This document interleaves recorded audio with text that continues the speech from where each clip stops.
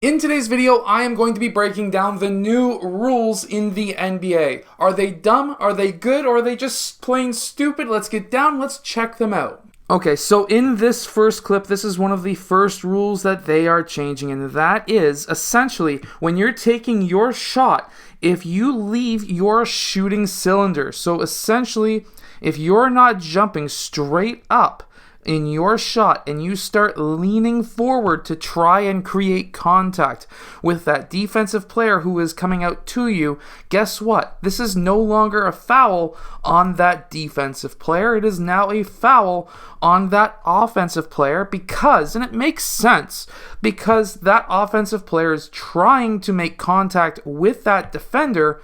Meanwhile, in most cases, that defender is trying to get out of the way. Now, I can understand the argument here because Andrew Wiggins, his foot technically goes underneath the foot of that shooter. However, when we really see it, he lands before the shooter even goes off or comes off the ground, in which case that's still a foul on the offensive player because he is the one who makes contact with Andrew Wiggins. In this next clip, basically they're trying to also get away from non-basketball related fouls. So, for example, we see James Harden here. He is trying to grip the arm of that defender who is trying to fight through that screen. Now, before, this would have been a foul on him because he's the one who's trying to force his way through the screen.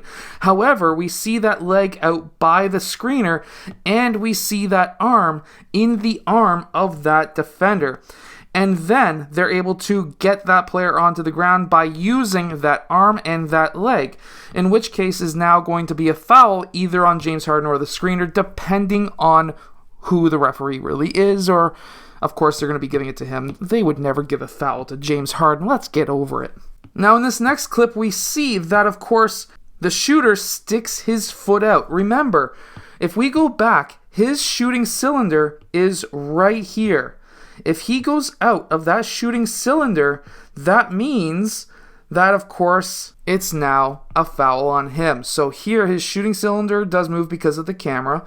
However, his foot comes out of that shooting cylinder.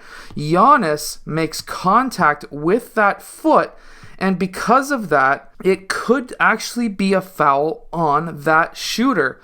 Also, oddly enough, from how I've been explained by some people who are in the business of refereeing, his shooting arm being held up longer than normal could also be classified as a foul. However, that's going to be a lot more rare. What you will see more of is that foot. If they start calling it on that hand, that's a regular movement of the hand, and personally that should never be a foul on the actual shooter. That should always be a foul on the defender. However, I'm not a referee anymore. Or so, for example, Trae Young. Another rule that they are putting in is if he's using a screen and he goes up into his shot early, he kind of cuts off that player's trying to fight through, and he basically creates the contact with the player himself. So for example, he sees that arm over top in the way of his arms, and he wants to swipe through that defensive player's arms. It's actually going to be a foul on him. So for example, if the player was standing right here and he had his hand guarding him, let's say just about touching his chest, and then we see Trae Young swipe his arms through that defender's arms, well, guess what? It's now technically could be a foul on Trae Young. This is another great example. So here we see Trae Young, who takes one step in front of Simmons, who is running in that direction. Trae Young goes up for that shot, and he gets that foul. That now will be classified as a foul on Trae Young because he is the one who cut in front of Simmons in this clip. And because he cut in front of Simmons and Simmons ran into him, guess what?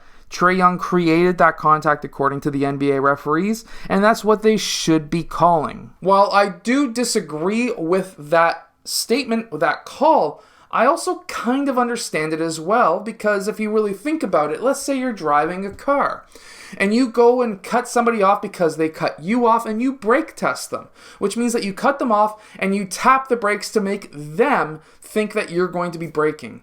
And let's say they didn't see your brakes and you brake tested them and they just slammed right into your butt. Guess what? If they have a dash cam and they can prove that you brake tested them, they're not the ones getting charged. It's you. So I understand this concept. It actually makes a lot of sense when it comes to the real world, but not necessarily when it comes to basketball, in my opinion. Now, it actually makes a lot of sense going back to that first rule where you jump into the defender, because when it comes down to it, if you jump into the defender, you can actually create some injuries when it comes to that player. You can get your elbow in their face. You can actually create quite a bit of contact, but also create quite a bit of injuries. So because of that, in this case, we would now see Doncic getting that foul call and not the defender. We see this actually with all of the great players, especially with Curry. He does it too. We see it with Doncic. We see it with everybody. We see it with Trae Young. We also see it with Tyler Hero as well. Here we can see that Joel Embiid goes up for that shot fake, and then he goes a little bit towards his right to get that foul. And then here we can see that if you kick your leg out even to the side just to get that foul call, you will now get that call too. Here we can see that foot coming out towards that side, and because of that, he is trying to draw that foul, but because his foot's going out towards the side, he is now not the one getting the foul. It's going to be the shooter. However, when it comes down to it, it's going to be really hard to officiate too, because here, as we know, kicking that foot out is a natural motion. If you are turning, if you're a right-handed player and you're going towards that right side, you generally need to kick that foot out, because now you need to get your right side in line. So this could create a lot of issues for referees if they just don't want to do their job right, in my opinion.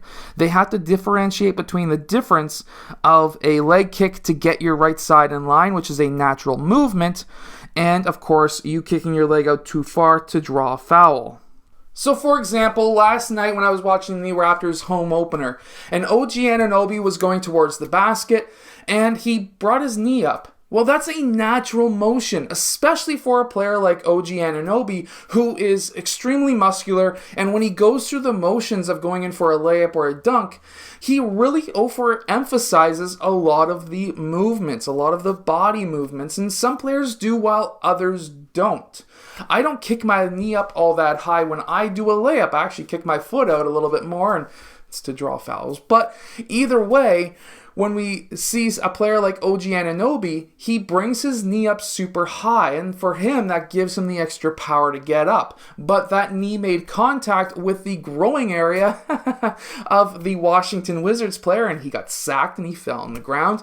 And it was a foul originally on the defensive player. They reviewed the play, and OG Anunoby got that foul call, which was absolutely dumb because that's his natural movement. We all know you're supposed to bring that knee up for a layup. That's just how body parts work. But, of course, clearly the referee in that game was not able to do his homework and not able to figure out what player does what. I can understand it at the youth level, but at the NBA level, they have a lot of resources. So, obviously, my opinions may differ from somebody else's. I would love to know your thoughts on these new rule changes down in the comment section below, and I'll see you guys again next time.